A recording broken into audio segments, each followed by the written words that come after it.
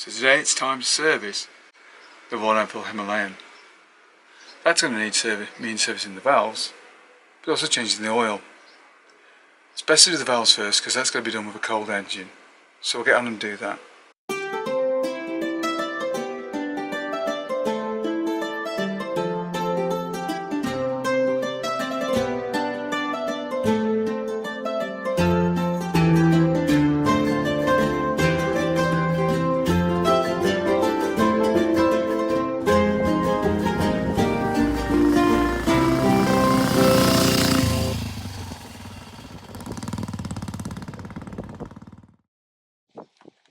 Okay, while I'm removing the seat, don't forget to like and subscribe for more content. So it's off and you can see the main seat just clicks into the same spot and it can just be lifted away now. So the tank is retained by two bolts, which we're going to undo now. Once we've undone those, we can get down the side and sort out the plumbing. Here we go.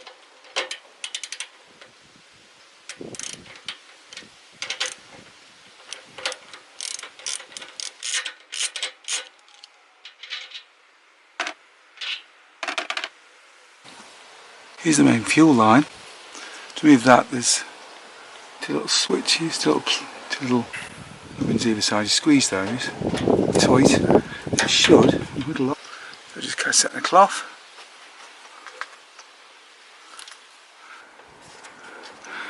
Also, just here is a plug to the fuel pump. It's the main power supply to the fuel pump. So we've just got to squeeze the tab on it. There it goes, that's the click.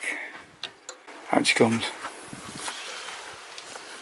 There's a cable on the other side, and there's a couple of breather pipes we've got to deal with as well. So I'll get down that side and look at those. So the blue line is for the tank level, so it tells you when you're low on fuel basically. And it's a breather as well, it's under here which we'll need to pull off. We'll lever the tank up and get a better look at those. There we go. So just in there, you can see those, there's two breather pipes. And we've just got to undo those now, so we can remove the tank completely.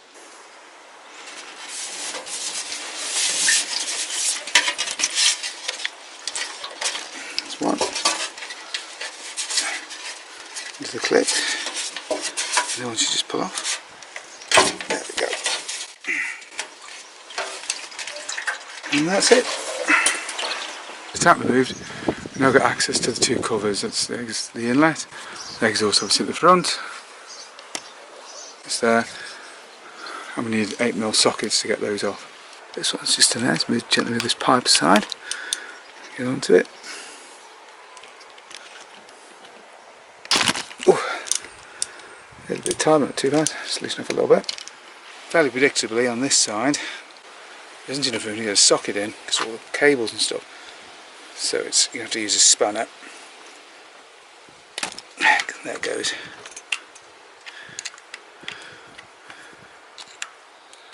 So, thankfully not too tight.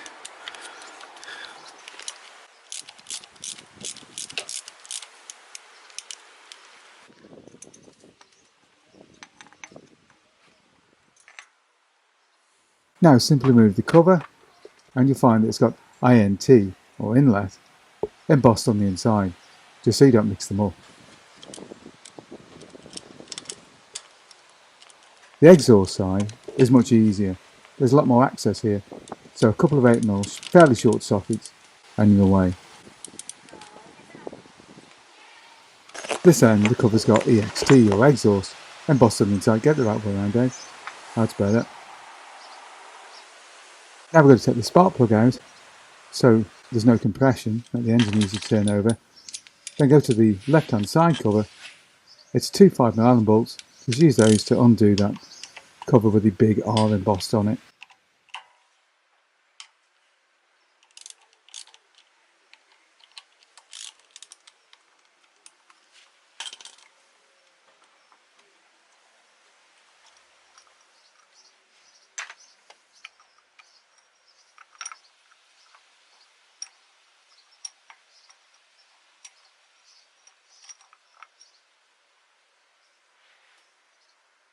In front of that, we've got to remove that. I think it's a 21mm nut. I think so. I forgot to make a note of it. We need to remove that because that's got the timing indicator, which will tell us when we're on TDC, or top dead centre.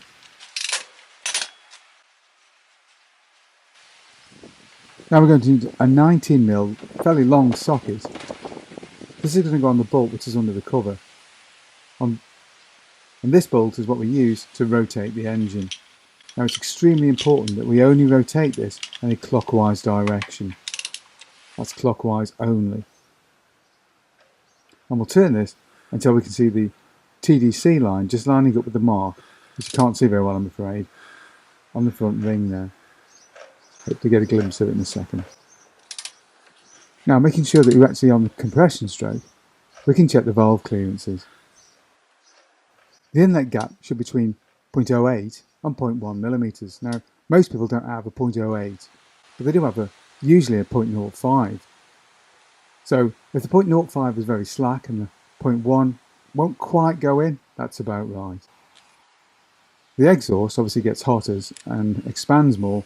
That's got a bigger gap. That goes between 0.23 and 0.25. And again, we follow the same principle. We use a 0.2, that should be really slack. And then a 0.25 should just not quite go in. It's easier if you've got a proper tappet adjustment tool here. Basically, you've got a 10mm socket with a small square nut screw that fits on the inside.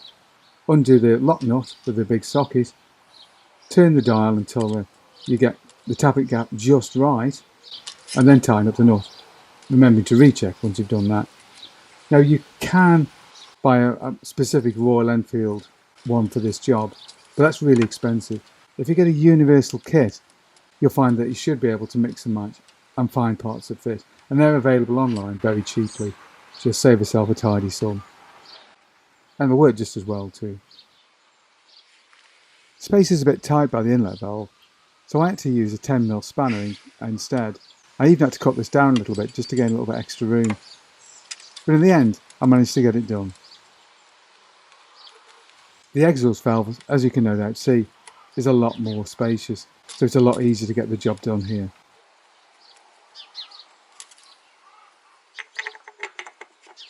With the gaps checked, replace the covers and redo those 8mm lock nuts. I've left the torque values at the top of the screen.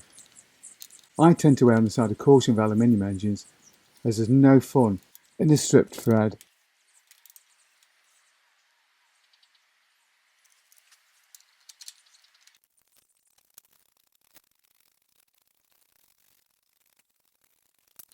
And now it's time for reassembly. I've left the torque settings on the screen above.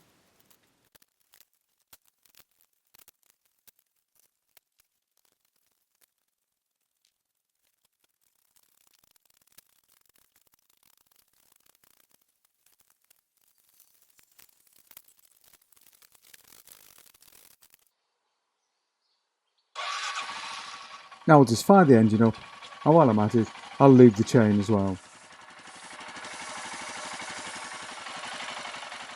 Well, I do hope you found that useful. If you did, don't forget to like and subscribe, and of course, thanks for watching.